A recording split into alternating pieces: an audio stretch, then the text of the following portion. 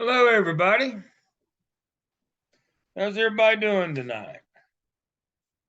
I hope everybody is well.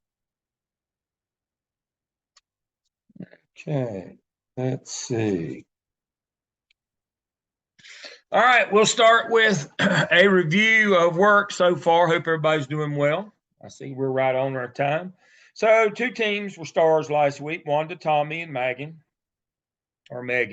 Emily, um, Emmy, um, group, and I can't read my own handwriting on who that is. And so LaShonda, I believe, was in that group. And who else was in that group? Uh, so good job on both of those. And everybody's was good, but they had some things that caught my eye, as things always do. Yeah. One of the things that caught my eye in the reflection, I guess, is links back to our discussion boards about discipline. Administration and faculty have a shared responsibility in schools. Principals have to kind of trust teachers, and teachers have to do the right thing. And so there is a shared responsibility, and Letitia brought that up. I thought that was really good, Letitia. That's kind of the relationship that you have to have. Now, when you're doing discipline, again, shared responsibility. You can't wear the office out, but the office can't just send kids back either without processing them. That destroys the culture of your building. And I'll get to that one in a minute. But yes, we have a shared responsibility between the faculty and the administration, and we both have parts that we have to do. Things that I saw that I liked this week. Alicia asked, is the principal responsible for what the AP puts in Power School? Yes. I'm going to show you that when we get to the handbook in a few minutes. That's not Dale's opinion. It says clearly, regardless of who enters the data, principal's ultimately responsible, period. So, yes, principal is responsible for what AP does. Letitia talked about the IAP process. One of the things that I want to make sure everybody understands about IAPs, that's one of the ones that's coming up. I'll take a moment. We'll talk about these more in depth on EC9. But one of the things that you need to understand about IAPs and about it doesn't matter that your EC staff spent all that time writing the plan and running the meeting and advertising and the parent delaying or postponing 2 or 3 times or standing them up. It doesn't matter. When we go to that meeting, it's a collaborative decision between the parent and the EC folks. The parents get a say so, they get a vote. Now, that's very important. Because a lot of times what you'll see is when you walk in there and they'll make you be the LEA rep that has to go in there. Two things I would say, and this came straight from Josh Sane, who is an EC expert. Dr. Sane usually works with me. Don't be afraid to say, I don't know, but I'll find out. And don't be afraid as LEA rep to say, we need to postpone this meeting. If an issue comes up and we're unsure of, we don't know what the law is to proceed, we stop. If the reg ed teacher didn't show, we just don't grab one out of the hall. That's a violation of the law. That violates FERPA. If you don't teach that kid, you can't go to the IAP meeting. Can't just be grabbing people out of the hall because you need a regular ed teacher when that kid doesn't show up as required, as they're supposed to, but they want to go home. Days of Our Lives, they had it was playing on TV. They need to get home, or the ball game, or whatever. No, don't be afraid to say, I don't know, but I'll find out, or to postpone if you can't go any further. But the biggest thing for the LEA is you being the LEA rep is you got to understand it's a negotiation with the parent. Now, that doesn't mean you give in to whatever they want. but they are part of the decision-making process. Now, you can sue parents and make them see reason. It's not a good look for districts, though. But you know, one of the things that we're doing now this is Dale's opinion, but the numbers and bear me out on this. We've seen a skyrocket in the number of kids placed autistic. We've seen a decline in the numbers in specific learning disabled. Glenda says she's been pulled in. Don't go, Glenda. Don't go. So while we have seen the number of autistic diagnoses go through the roof, all the way off my screen, we've seen specific learning disabilities go down. Why do you think that is? Well, it's because parents whine and complain and pitch a fit and wear everybody out till they get the diagnosis that they want. Now, understanding that those kids aren't autistic. They're like me. They're just dumb. They're, you know, that autistic kids are very high functioning. We're talking about kids with IQs of 80 getting placed autistic now. No, they're learning disabled, but it's a whole lot easier for mom and daddy to handle if we call them autistic, because there's not the stigma of autism as there is in being labeled exceptional children or the old R word or whatever. When we know that. But the problem is we aren't meeting these kids' needs. They're not high enough functioning to be in autistic classrooms. But we're doing it anyway because we're letting parents have their way. So it's a fine line that you walk. Yes, they get a vote, but no, we can't just let them have whatever craziness they want to have. And we got to start saying no to these autistic placements for kids that are so low functioning that we're just absolutely malpracticing on by putting them in by classifying them as autistic. You know, there's a reason why those numbers are going up and SLD is going down. It's simply parent preference. Now, I said that to say this, that links back to us tonight. While we have to do due process for kids and contacting the parent will be part of that, we don't have to have their approval or agreement in what we do. They can always appeal our decision. As APs to the principal to superintendent to the school board to civil court. But we can't be negotiating with parents on discipline. And as I've said before, I don't like principals that tell their APs, give the maximum so I can reduce it and we'll make them happy. And I look like the good guy. That's the part they don't say, is I get to be the hero. Then everybody in the community hates you as the AP. No, we need to make sure that again, not to be capricious, that the punishment fits the crime. We can't always go to the max every time so the principal can reduce it and be the hero. And so nobody will complain. We got to get out of that negotiating discipline business. Now, one of the things that many of you said in your responses is you can't believe how, the way the parents act. I can. They're turds, just like Bobby. They're turds. If you go into every day, first thing you tell yourself when you close your car door, when you get to work in the morning, parents are turds.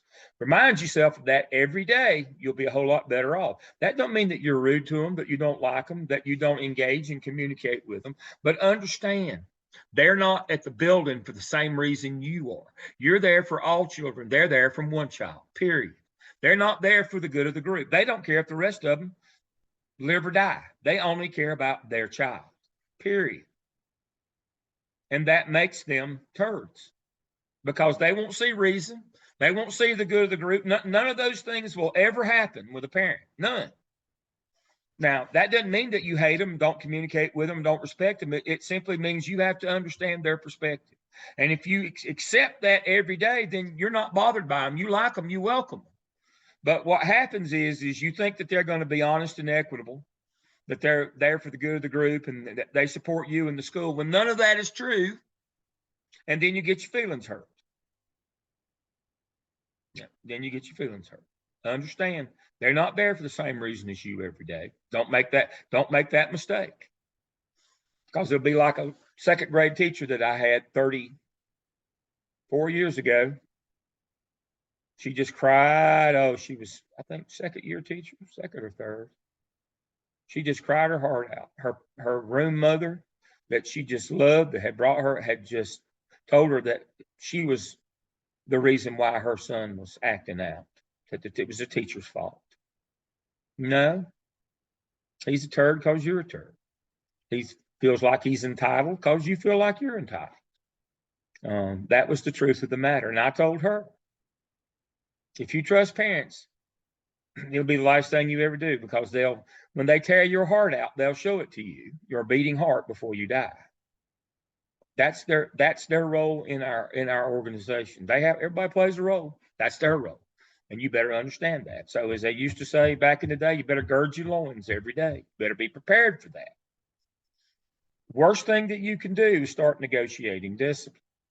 Due process does not require that they have to agree to what you're going to do in terms of when you sign your consequences. That's not part of the deal. Not part of it at all. You get into that negotiating mode, you won't last long. Kristen talked about written statements. Do a thorough investigation, get written statements. Make sure you have them. Somebody was talking today. Who was it today? I wrote it down in red, I think. That they couldn't believe that they kind of rushed through this case and didn't get any statements. And parent questioned, yeah, they didn't get any statements because the parents blaming the school, said that they're bullying their kid, that somebody pinched their kid. Well, they didn't get witness statements to see if anybody pinched their kid or not. But parents are never going to, they're never going to agree with you against their child. That's not going to happen. So Adrian, that was all of her. Randy, he's in the other group. He's talking about sharing his task 3 with his school administration. That's a good idea. If you got some suggestions to make the schedule better, it's not a bad thing to do that. They've invited him to sit with them, and they do some pre-scheduling and scheduling this spring and summer. So if you've got some good suggestions, it'd be a good thing for them to know. Brandon, who's in the other group, pointed out, and need to remember, MTSS is now state law. EC is federal law. We know that, but MTSS is now state law. Now, here's the part you got to remember about MTSS, or any intervention program. It's what the state refers to as an SBC. SBC, school-based committee. What does school-based committee mean? That sounds like a legal term, doesn't it? Well, it is. It means that the school principal is responsible for intervention MTSS. It's state law and they're responsible. All right. We got some bright people on the screen here. What happens if something goes wrong in EC? Who takes the heat in EC if we miss a reeval, our head count, something goes wrong, we don't do a functional behavior assessment, we miss a piece of paperwork, the Deck 5 when we're doing manifestation on a placement. If we do that, who's that come back to? Department chair, the EC Case teacher, manager. the case manager, CT coordinating, the coordinating teacher, case manager, whatever that CT, we call them CTs in Charlotte, the director of EC, assistant superintendent for exceptional children, that's the chain of command on them, right? If something goes wrong with EC, what if something goes wrong with intervention? They get the same benefits as if once they're in intervention as if they're EC, except EC people don't have to take the heat if you get something wrong with them. Being a school-based committee, who's responsible for that? The principal. Better know that. There's nobody to take the heat if something goes wrong on one of them intervention kids. You miss one of the steps, you get sued. You placed them too quick, didn't go through all the steps. Now, here's the irony of that. Sometimes parents will come over and say, I want you to test my kid. He's a pain in my tail. He's just crazy. I want you to test him today. And you skip all the steps. You don't do the interventions. And they're the very one that sue you for not doing that. And it will be you, because intervention belongs to you. Better remember that. Follow all the rules. Due process all the way up. Do the 30, the 30, the 30. 30 days of anecdotes, 30 of intervention, then start the 90-day EC process. And at the end of 180 days, then you make a determination whether you're going to test the kid or not. But now, if you shortcut the system, Now, somebody asked me, what if the parent puts it in writing? I don't think that makes a bit of difference. I don't think that makes a bit of difference if a parent comes in and puts it in writing if they want their kid tested, if later on they decide that you violated their rights. Nobody can. Do you remember when I tell you every week, or I hope to remember every week, nobody can give you permission to break the law? So when you go to court, they'll say, well, why would you do that? And they say, okay, the parent can't tell you to not to follow due process, not to follow the law. They can tell you, but it's up to you to not do that. So we got to get out of this habit of, well, the parents said they wanted them tested. No. We have a process now. They need to go through that process. Now, if the EC people want that, once you've gone through yours and you've referred them over to them, if they want to do something like that, you go right ahead on that. That's up to them. But during intervention, I would not skip to the front of the line and start testing kids while they're in intervention, even if parents want it. No. That's legal exposure is just unbearable. LaShonda pointed out in case study 1, there's a difference between elementary and secondary teachers in terms of how they do grades and those kinds of things. There probably is, but that's a good thing. But again, you need to at least twice a year remind them what the grading is. Tanya talked about teachers discipline kids in front of other kids in the room. That's not a really good thing to do. We need to make sure that we don't do that. Don't do that. Kizzy made a good point. Kizzy talked about sometimes teachers and parents and administrators don't communicate very effectively because we don't know the same terminology. We assume that everybody knows. I've got a student, former student, who's interviewing, I think tomorrow. I need to get a response back to him tonight. Worked with him a little bit last night. And I asked him, first thing I asked him is, Jimmy, who are you interviewing with? He said, well, the school district. I said, no, Jimmy. Who specifically are you interviewing with? Well, they didn't tell me that. Well, don't you think that would have been the thing for you to ask? Are you interviewing with the principal? Are you interviewing with a teacher team? Are you interviewing with the school improvement team that has parents and civilians, community members?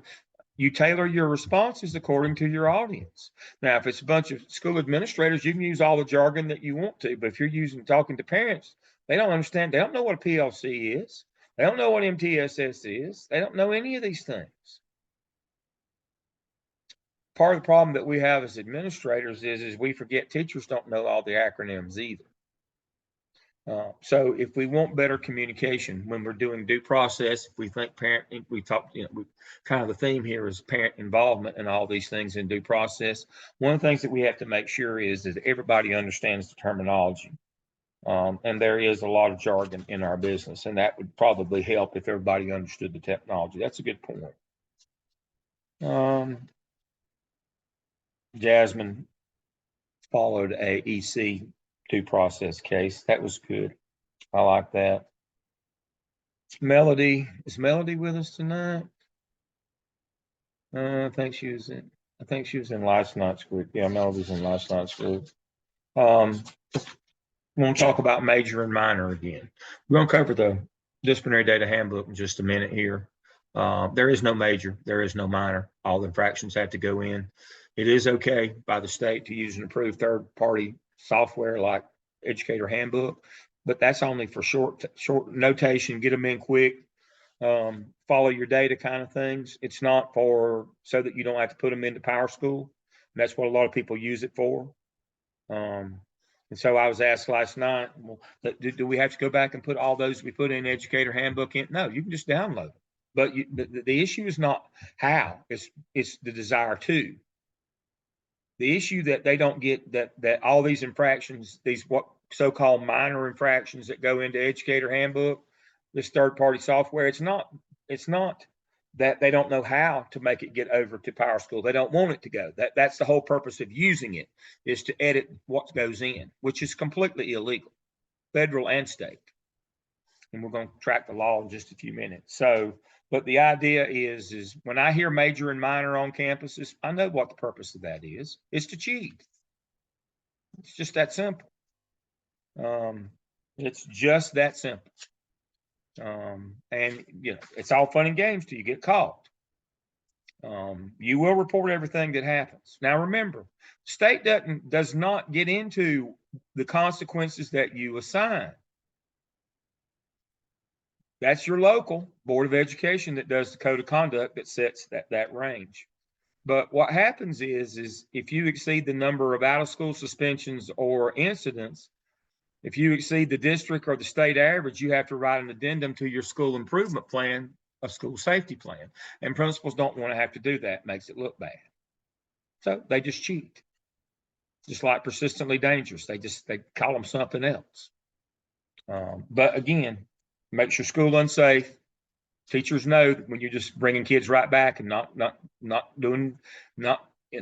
shortcutting due process because you got too much time. Of all the things you can do to save time as administrator, it better not be process and discipline.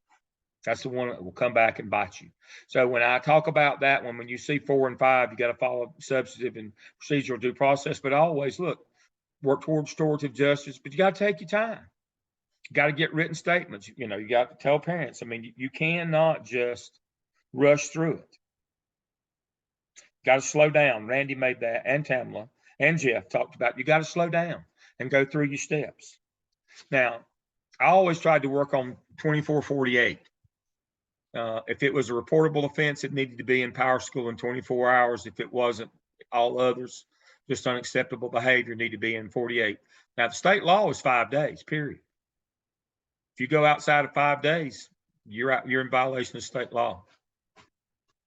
So I was asked about, you know, if you use educator handbook, how often should that data go into power school? At least once a week, because the rule is 5 days. The rule is 5 days, and we'll read the handbook. Alicia was surprised that students have to apply returning from an exclusion. There is no expulsion, by the way. There's only exclusion. Expulsion means you'd be out forever and ever. There is no expulsion anymore. We have exclusion. You're going to be excluded for a year, then you can apply to come back in. One of the things Alicia brought up was, you know, teachers that continually flood the office with referrals because of bad management, that, you know, they don't want, you know, that's when you tell them you need a new ops. If you can't manage your classroom, we can't use you. Tanya talked about PBIS. It is PBIS is excellent due process procedure if you follow it. And it is good. There's some bad things about it, but that's one good thing about it. Sean talked about discretion. Sean, that's just like fingernails on a blackboard to me.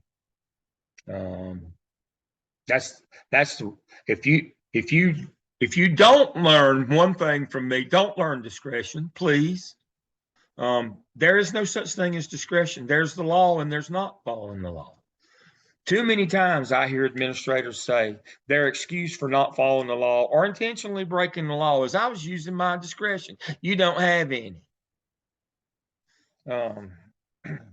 You can use discretion in consequences, but not in process and discipline or what you charged them with or any of that. You follow the handbook. You follow the law. Discretion. I'm telling you, discretion will make you lose your house. When there's things that are written in law and you have decided not to follow them based on your discretion, that will not go well in court.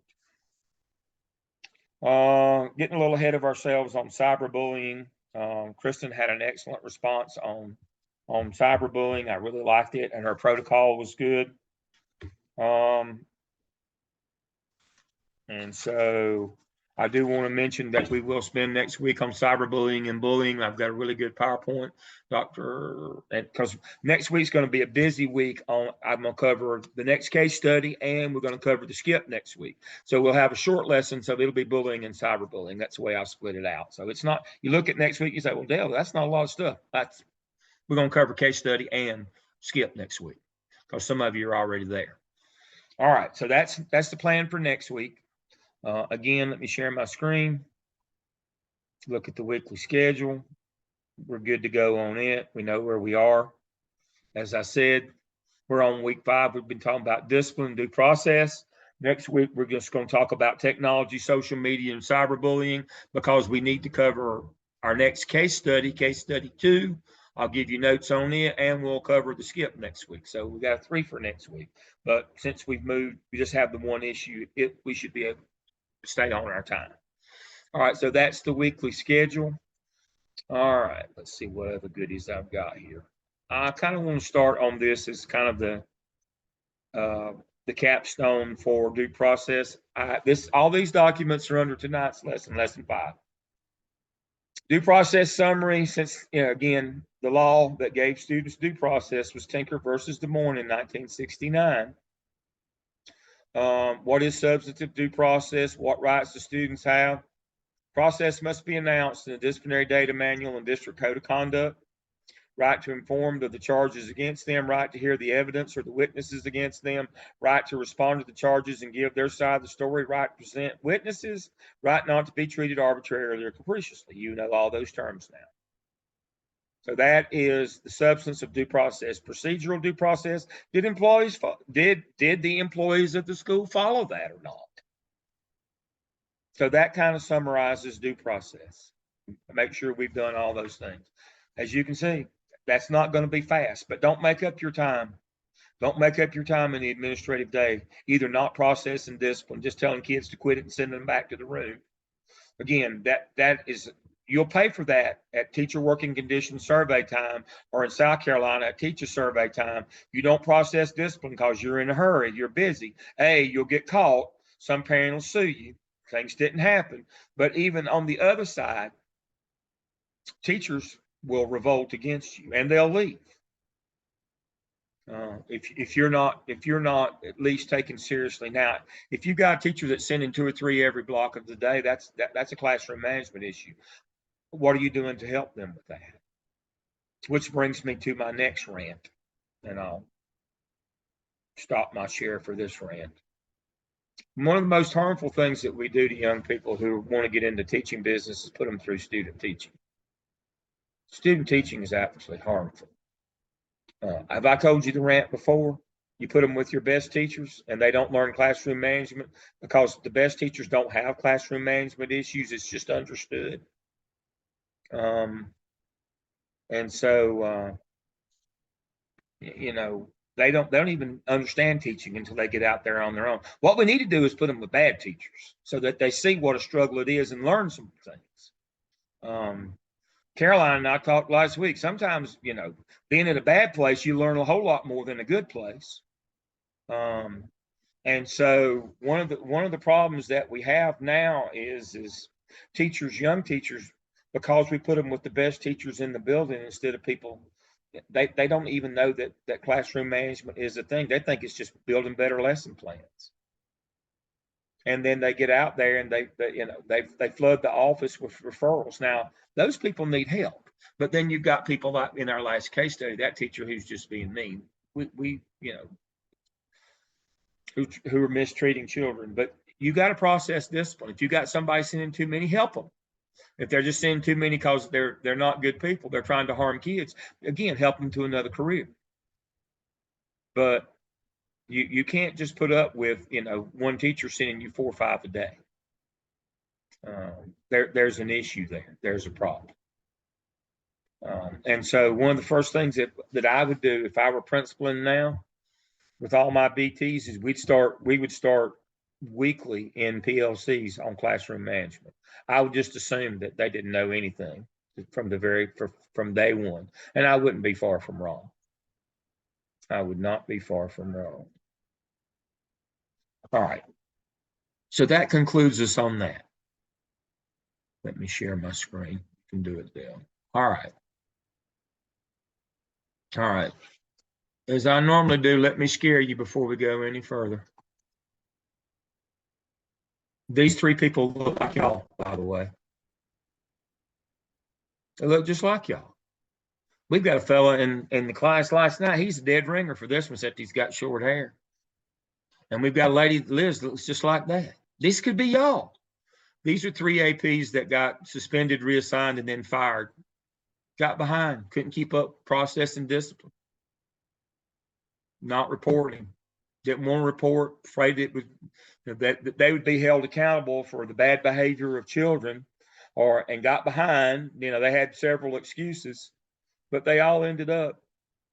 Their first year was their last year. Sad. But that's what we're talking about. You get behind, don't make it up on not process and discipline. And don't get in the idea of, you get in for a penny, you get in for a pound. You hide the first one, then you're responsible to hire the next one and the next one. I was asked last week, did that case happen at Butler? Yes, it did. Why did it get that far down the road? Because they'd covered up the first two. They weren't as bad. And because they were already involved, because they'd covered up the first two instances, they had to cover up the third one. And also, it saves a lot of time if you just ignore them or hide them or don't report them. You don't get in trouble. But this could be y'all. And so reporting is not optional. So what I have done, I can close that one. We're going to go through this manual. I'm keeping my eye on my time. We're doing good. Right here, I have pulled it out for you. What must be reported in disciplinary data? All these different things right here, which means pretty much everything. And what must be reported to law enforcement? What are the things that count against you on acts of crime and violence? Again, you got PD, RO, UB. Here are the ones that count against you on persistently dangerous. The threshold is at least 2 and 1 for every 200 kids, or 5 for every 1,000, with a threshold of 2. There they are. They've got the designation when you go into power school. You can't just say, well, I just won't put them in. Remember, the handbook, the manual has the definitions, and you have to put them in. You can't hide them. These are all reportable offenses to the police. How are you going to hide it? How are you going to hide that? You're going to call the police and they find out a rape occurred. You're going to put it in as inappropriate display of affection because it's a UB? No. The police are involved in all these. What they tell you it is and what you put in has to match. And you have the definitions, and we're going to go through it, but this is it. And here's all your reportables. I pulled it out in one little handy dandy guide for you. But these are the things that have to be reported. And again, there is no major, there is no minor. Now, overarching all of this,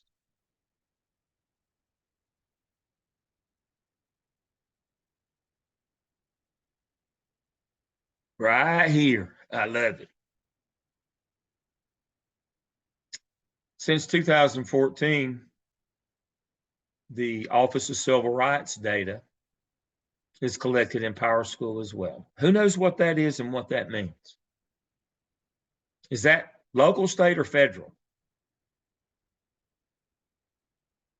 Office of Civil Rights. Which form of government is that? Federal. Federal. Goes federal, state, local, right? The highest authority is federal. They collect their data through Power School.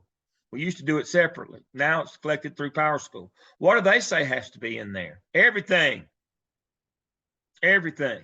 Every incident, according to them, has to be in there. No matter how little, if you just conference the kids, it's got to be in there. Also, you have to tell them about restraints, illegal restraints and illegal seclusions. I tied Jeffrey to the radiator. I have to report that. That's illegal. We also have to report illegal zero tolerance, like what happened to Bobby last week. We have to report those. We have to tell on ourselves. So right here they are.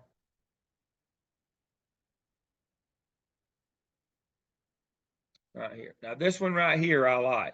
Behaviors with a PD or RO should not be entered into Power School without the explicit authorization of the principal or designee. You better talk to the principal before you put it in there, because you don't want him coming back on you and blaming you. Now, and it also gives you cover when he says, "Now, I'll put it into something else." Well, I would do that in writing, by the way, by email. If you don't have that kind of relationship where you're afraid that they'll dump it off on you. That way everybody knows this went in. Don't be blaming me when the numbers come out too high and we become persistently dangerous.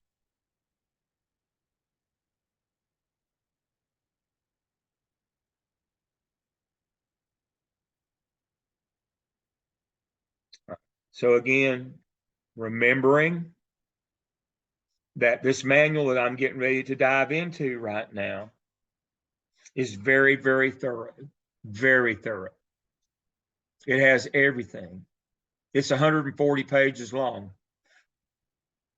In 2009, I think it was 6, 8, 9, right before we went to Power School, it was called NCWise. I had a manual built for CMS so we could train administrators. The manual alone is 50 pages long because it's got pictures. I like pictures. And so this is a big deal.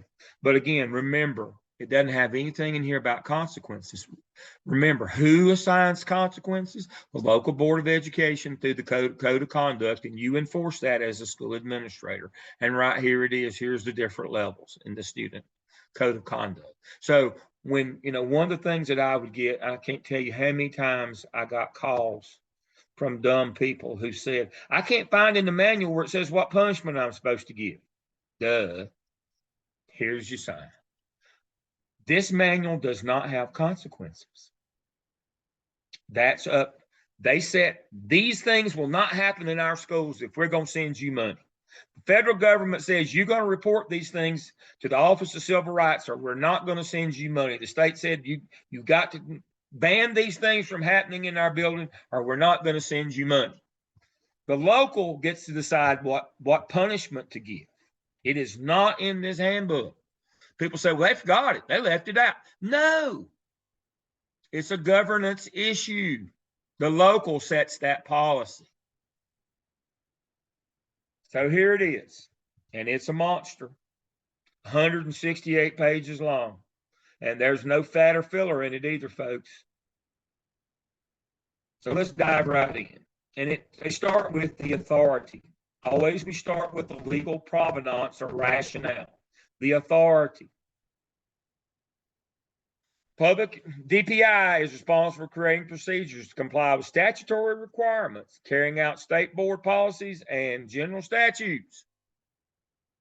That's what this is about. Value of this, fulfill data reporting obligations. Also, the value of it is you can run your numbers every Friday and you know whether you've got inter-rater reliability, if you've got more than one person processing discipline. You can see where your hot spots are. You can track what your numbers are doing. You can, one of the responses was that from, I won't say which one, from one of the students is that their AP was worried about consistency. Well, you're an idiot. You can run your numbers every Friday and see if you're being consistent or not. That tells me you're not putting stuff in Power School. Because when you put an incident in, you have to say who it was, everything about it, where it occurred, what time of day, who was involved, if there was a victim, what it was, and what punishment you gave.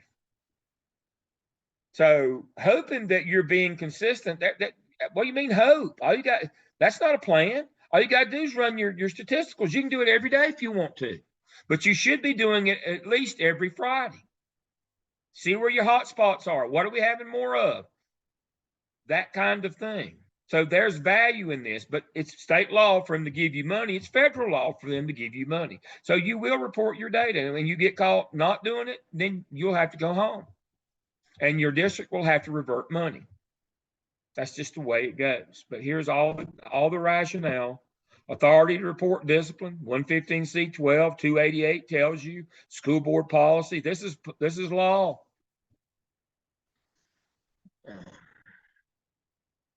Right here, or again, it covers persistently dangerous, goes back to 2001, no child left behind.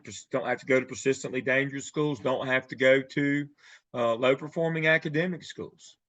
If you do this, it gives you the threshold right here. If it happens 2 years in a row, 2-year period, Either they'll reconstitute the school or they'll let kids go to another school. They will not do that anymore. They'll just fire the entire administrative team. That's why people edit. That's why they cheat. And so that brings me to see Office of Civil Rights data collection here. Everything that's happened in the building, what must be reported.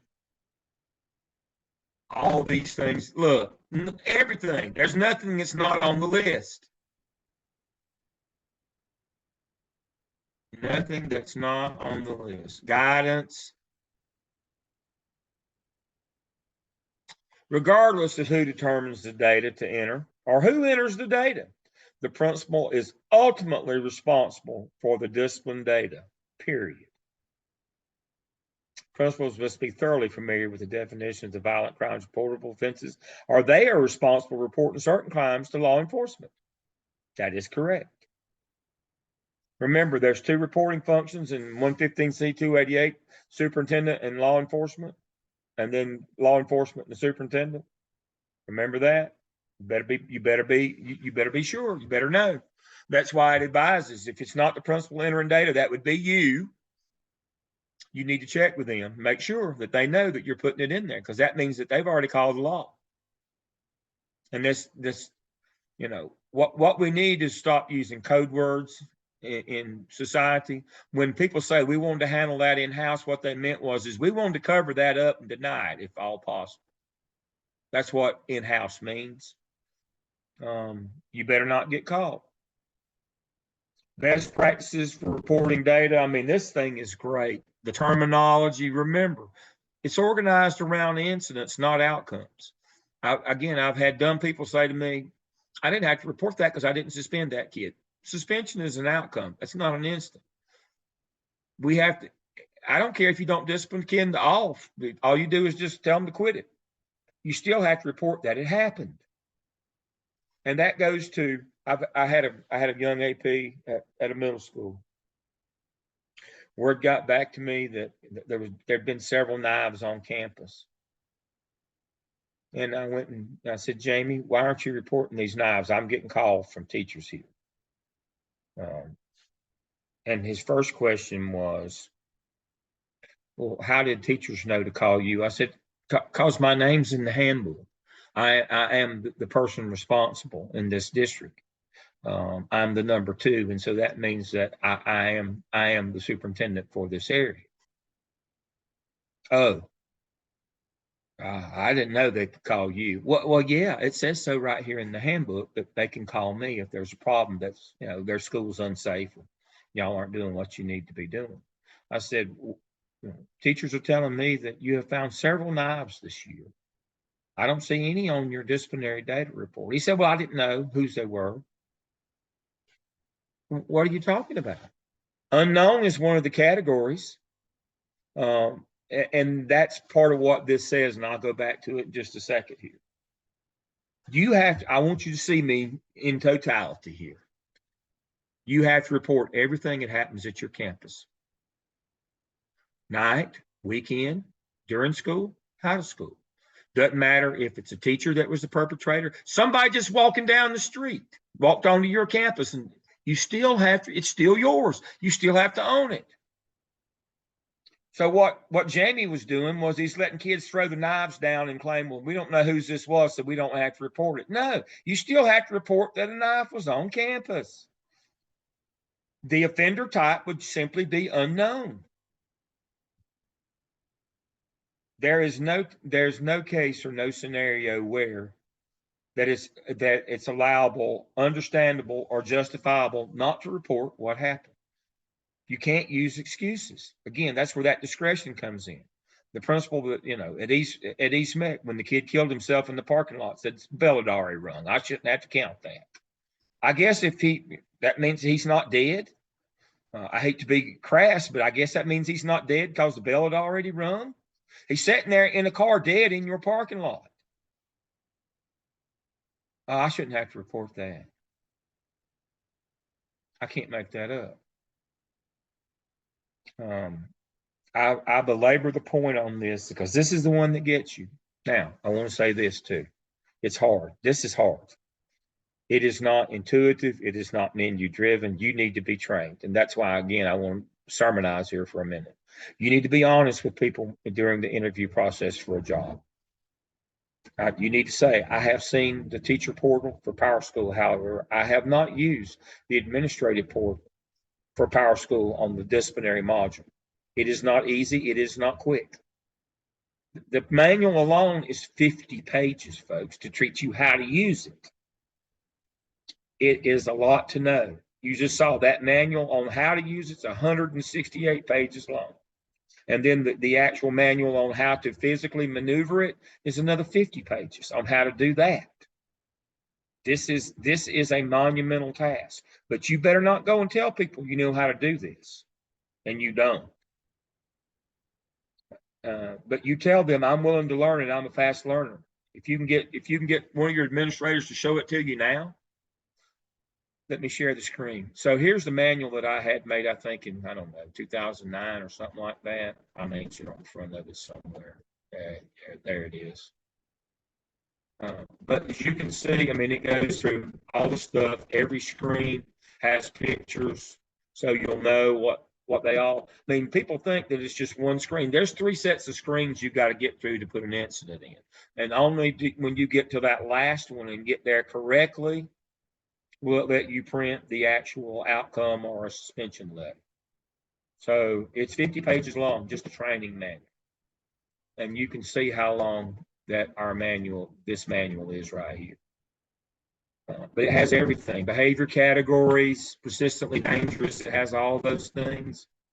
It has these things individualized for you: reportable criminal offense, reportable behaviors, reporting categories, action plus general guidance for reporting incidents. Oh my. When there's an incident, when there was more than one behavior, like a kid got in a fight and had a weapon on him, that's 2. Tells you how to report those.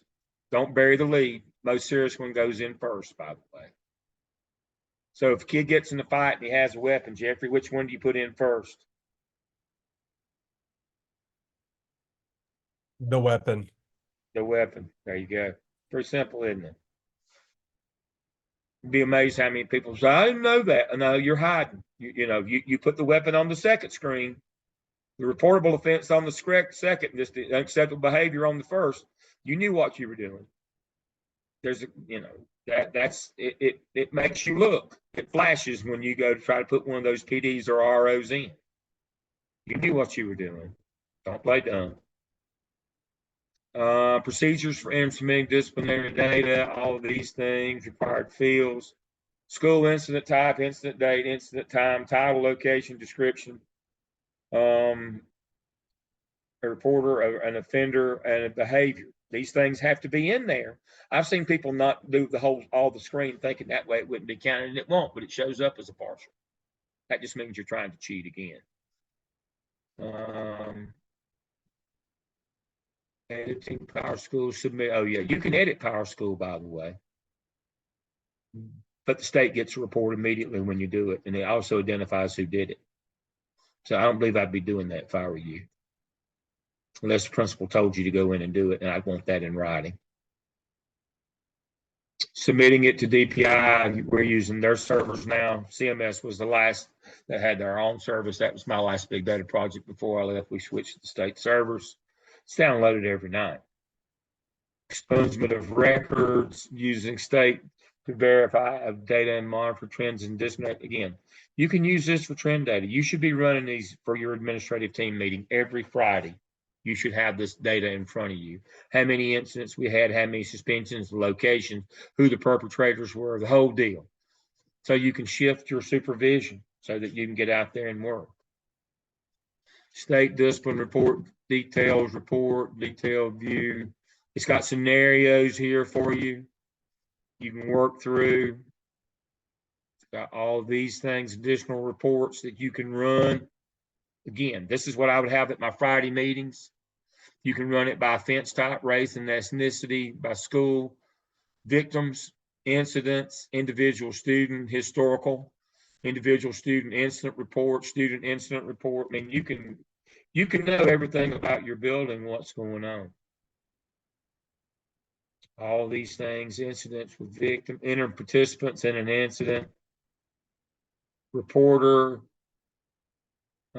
That means you have to log in to do that. Who should be the reporter? The reporter is the teacher, school staff who witnessed it.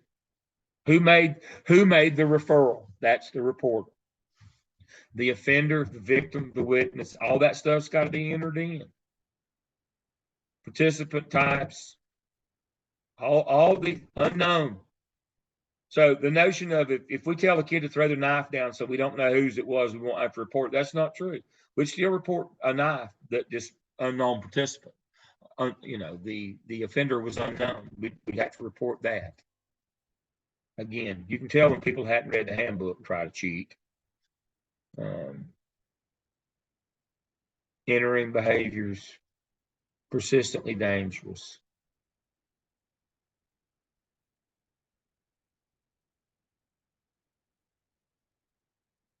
Assault, all kinds of scenarios. Then we get into all these definitions, and some of them are embarrassingly vivid. And so you unless you're illiterate and you're using your discretion, you can't get it wrong. I mean, they define these things down to the point, folks. It's just you don't want to. That's the only reason it doesn't get incorrectly is you just don't want to. You're not taking the time, or you're trying to shade your numbers because they've got, look how graphic these descriptions are of all these incidents, and they tell you everything. They give you scenarios. There's not one scenario that could happen at your school that this handbook doesn't have it. It's completely spelled out what for you to do. It has all these things, but now it's long. Lord have mercy. Unacceptable behaviors has all of them. You should get them right as well. One of the things that I instituted 15 years ago in Charlotte was you couldn't use other. I better not ever see an incident labeled other. If you're not smart enough to figure out what it goes on, we need somebody new. I better not ever see you use the incident other. If that means I haven't taught you, so one of us has got to go home. I'm betting it ain't going to be me. So you better not be using other. And so state reporting requirements, I mean, it's got everything that you could think of in here. Guidance on entering objects in an incident. Again, they break it down to everything. Guidance on reporting actions. I mean, this is the most comprehensive document ever built for discipline, right here in front of you. Right here in front of you. I mean, you can't get it wrong if you just, but now, it takes you a while to read this. Preschool. Again, this notion, one of the worst incidents I ever saw of sexual misconduct was kindergarten, first grade. So, yes, you got to do preschool and kindergarten, first grade. All these things have to be reported. I'm getting toward the end here. Glossary of terms. All these things. Again, summarized for you again. Site description. And remember, if it's a school-sponsored event, even if it didn't happen on your campus, you still have to report it. So yes, when the DECA Club goes to Atlanta for their spring convention and they all get drunk and have alcohol, which they will, you have to report that. Don't say, well, it didn't happen at school. If it was a school-sponsored event, it has to be reported. Participant offender types, right there, the people who could be either participants or offenders. Here's the victim types. Here's a list of all of them together. Everything that can't happen in schools. Here's the description of the action that you did. That would be the consequence, victim type, weapon type, alternative learning placement, if you did one of those. So it is all here. All right.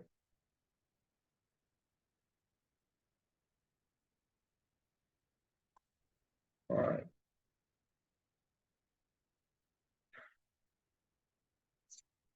So let's see how prescient I am. I'll stop my share. In 2011, I was retired 10, 11, whatever it was. And so I was invited to be the keynote at the state conference for DPI, big one at Curry, there at the disco in Greensboro. And so I had a criminologist that I'd hired, and we were putting our numbers together. Now, I swagged it. I didn't really swag it, but I'll say that I did. You know what in statistics what a swag is, don't you? Stupid wild ass guess. Um, so when I teach doctoral statistics, we use the swag method when we're trying to come up with a hypothesis or we're trying to make a guess or be prescient and see in the future. We use the swag method. We look at our data and guess. And so what I did is I looked at not only the data in CMS, which was the biggest district in the state at the time, but I got access because I helped build the first manual. Oh, full disclosure, I helped build the first manual that you just saw. That's why I was bragging on it so much. But anyway, so I was working with DPI and I got access to the state data and I just ran the numbers. And the notion here is antecedent behaviors. The little things cause the big things. What is it the little things that if we let them keep going, what will become the big things down the road? Those reportable offenses and persistently dangerous. See, people will argue that that's just random, that it's unfair to punish them for persistently dangerous activities on their campus because it could happen to anybody. That is not true. Let me say that again. That is not true. Little things become the big things if left alone and untended to.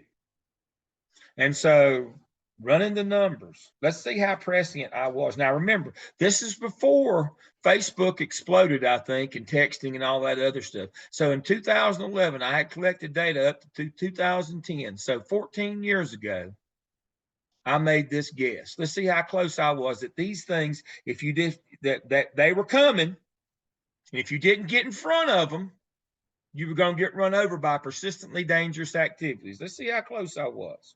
This was my guess 14 years ago.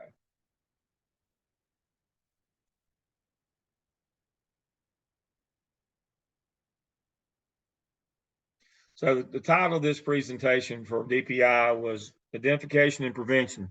Identification of antecedent behaviors. That's the little things. And develop a prevention strategies to assist schools in decreasing violent acts on their campuses. Violent acts are what we call persistently dangerous. They're called violence acts. So here's what I guessed. How close was I?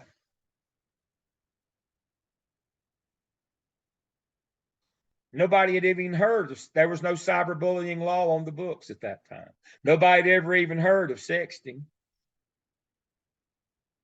Pretty close, wasn't it? Aren't these the big things that now cause us all of our pain and all these persistently dangerous things? Most of it comes out of Title IX or sexual harassment.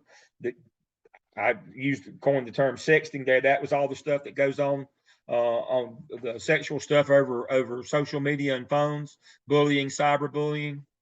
You can look at this slideshow. It's pretty good, and I cover all these things that you've seen tonight. But the notion here is this. If somebody tells you you shouldn't report that because it's unfair, or that it's unfair, that it could happen to anybody, neither of those is true. It's not unfair, and it couldn't happen to anybody. If you let the little things get out of control, then you'll have the big things. Inappropriate displays of affection, before long, you'll have sexual infractions. It's just the way it goes. I remember I went to Martin one spring. Spring had sprung. I thought we needed to get us a broom and a water hose to separate them. I'd never seen anything like it in my life. And then it wasn't but About 3 months, everybody was cleaned out of the administration because there were several rapes on the bus and several sexual assaults in the school that they were hiding. But you could see clearly where that was headed. Tried to tell them at the time. No, no, no, not happening here. Nothing to see here. Well, yeah, there is, or I wouldn't be here. So that was New Ox time at Martin. You know, one of the things that's incumbent upon us in the business is not only just keeping the numbers, but you know, one of the things that we would do in CMS, and I'm being genuine here, I'm not tooting my own horn, we would try to help folks. We would send people out to audit, safety, security teams. Those of you who work in CMS know that we would try to help them. But some people just couldn't be helped. But again, a lot of it went back to, it's just, I'm unlucky. It's unfair. This happened at our school. Could have happened anywhere. No, it couldn't. If you're not handling your business, if you're not processing discipline, if you're using educator handbook in order to hide the little stuff because you think it's minor, eventually the big stuff will that will arrive on your doorstep. Now, I'm not pulling your leg. The manual's 168 pages long. If I were you in your spare time, got all that spare time now, I'd start reading that thing and learning all I could. I'd look at that old NCY's training manual. Power School looks pretty much the same today. They can't release the current one. That's why I can release that one, because it's confidential information, but I can release the old NCY's one. But you can kind of get a sense from looking at it, the complexity to the physical part of, you know, the manual part of entering it in. But the big thing is to have the knowledge of what to do. But again, as I tell you every week, if you don't know, you better ask somebody. Get you somebody to help you. Get an AP or get somebody that you know to let you see what this looks like. But please don't be in the habit of saying that I'm just unlucky, that these things happen. Be paying attention to your data. Have your data meetings every Friday. Go over your statistical. See what you've entered in. Do it legal. Do it right. Make it a better place for kids and teachers. Hiding the numbers will not make things better. Teachers will know that. If the kids are beating them back to the room when they bring them down for discipline, they'll know that. And you let the little things get out of control, the big things are going to come rolling right behind. Better understand that. It's how antecedent behaviors work. That's one of the things that criminologists really work hard on. I wish I was smart enough to figure that out, but I'm not. I hired me a criminologist to help me with all that stuff. But I don't know. It's pretty close. It's pretty close. If you have gangs, you're going to have weapons. You're going to have drugs. You're going to have violent assaults. If you have, you know, too much displays, you know, sexting, phones, social media, you know, cyberbullying, you know, that's where all this stuff comes from. I mean, 4 of your 9 violent offenses are sexual in nature. The others are mostly gang-related stuff, guns and drugs, whether they're traditional gangs or not. If you look at that slideshow, by the way, you'll see that gangs encompass things that are non-traditional, but a group of people working together. They don't have to have a manual or a manifesto or rules or any of that. But gang type behavior is what we're talking about. And so that's where your stuff comes from. You got to know that. Questions you have for me tonight? You're doing great work. Next week, we'll cover the skip. We'll cover our next case study. Make sure that we get it right. You did a great job on your first one. We had some stars I really liked. It's good stuff. I enjoy reading your stuff. I read every bit of it every day. Take notes. When you have time, you can. We just had our very first meeting on Monday about Senate Bill 49, which has obviously been in play all year.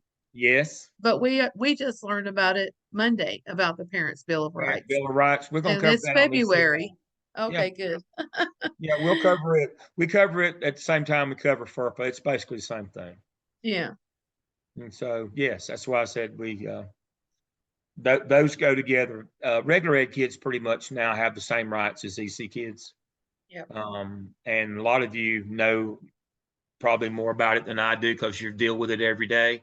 I've been to the legal seminar and the update, so I've talked to the eggheads, but I've not talked with a lot of people who are out there on the front lines who are having to enforce it every day and be involved in it. And that's where you really learn about it from. I mean, I go to all the law seminars, that bunch of nitwits, but that's not real. I'm on the state commission for principal preparation. There's two of us, me and the one from Chapel Hill.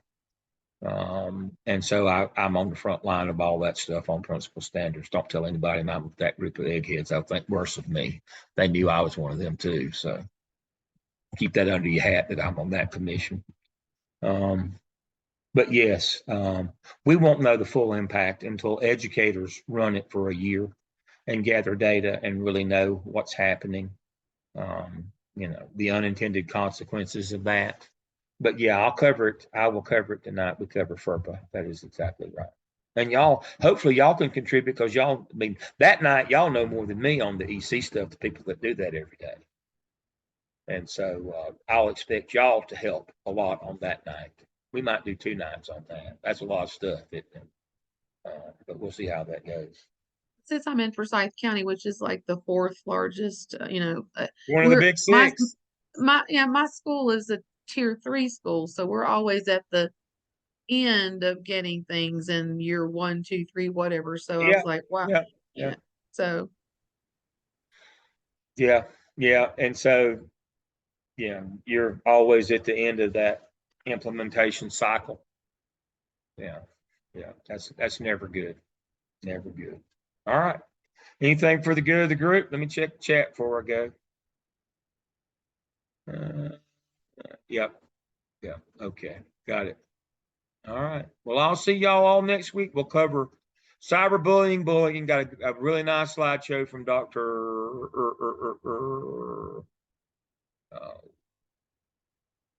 I mentioned his name before. But anyway, we've got Josh Sain's slideshow on that. We've got Skip, and we've got case study 2. I'll see you next week. Everybody have a good week. Thank you.